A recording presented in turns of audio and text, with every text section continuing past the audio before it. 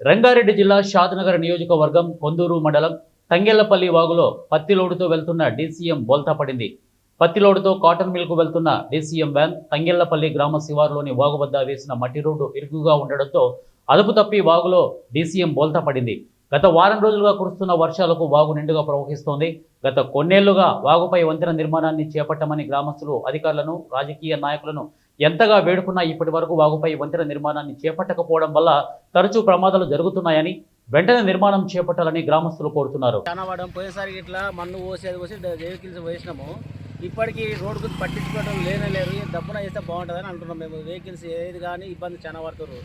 సీకట్లు వచ్చినా ఇట్లా వచ్చినా ఇబ్బందిలో ఉండేవి. బస్సులు బంద్ అవుతున్నాయి. అన్ని సౌకర్యాలకు చాలా ఇబ్బంది అవుతుంది. రోడ్డు నవపేట నుంచి మామూలు నుంచి శాంతనగర్ రోడ్డు బంద్ అవుతున్నది. అది వాళ్ళకు కూడా ఏం హెచ్చరికలు జారీ చేయలేదు. ఎవరు గవర్నమెంట్ కూడా ఏం ప్రొవైడ్ చేయలేదు. ఇటు నుంచి రావాలి ఏం సిబ్బందిని కూడా ఏర్పాటు చేయలేదు. ఏర్పాటు చేయడానికి వల్ల ఆయన తెలవక వచ్చిండు. బండి పొద్దున 9 గంటలకు బండికి లోడ్ బండి కింద పడిపోయింది.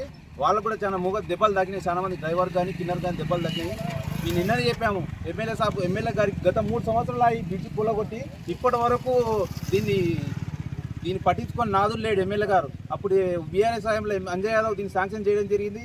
దాని బిల్లులో దానికి ప్రొసీడింగ్ అనవసరంగా ఇచ్చే పనికి ప్రొసీడింగ్ ఇచ్చి అనవసరంగా ప్రతి పనులు ఆపారు. బీఆర్ఎస్ హయాంలో అన్ని ప్రొసీడింగ్ ఇచ్చారు. వీళ్ళు ప్రొసీడింగ్లకి వీళ్ళు డబ్బులు చేయక వీళ్ళు పని సగం కంప్లీట్ చేసుకున్నారు. వీళ్ళకు ఉన్న కాంట్రాక్టర్ ఒకటే. అయ్యర్పల్లి కాడ ఈ ఎనికిరాల బ్రిడ్జ్ ఇద్దరు పట్టుకున్నది ఒకటే కాంట్రాక్టర్ పట్టుకున్నాడు. కానీ ఇప్పటి వరకు ఏ బ్రిడ్జ్ పైసలు పడినందుకు ఆయన కప్పులపాలై ఆయన మధ్యలో ఇచ్చిపెట్టడం జరిగింది. ఎమ్మెల్యే గారు కూడా ఎమ్మెల్యే దగ్గర కూడా వెళ్తే కూడా బిల్లుల గురించి ఏం నిర్లక్ష్యం వహించి ఇప్పటి వరకు బ్రిడ్జ్ కంప్లీట్ చేయక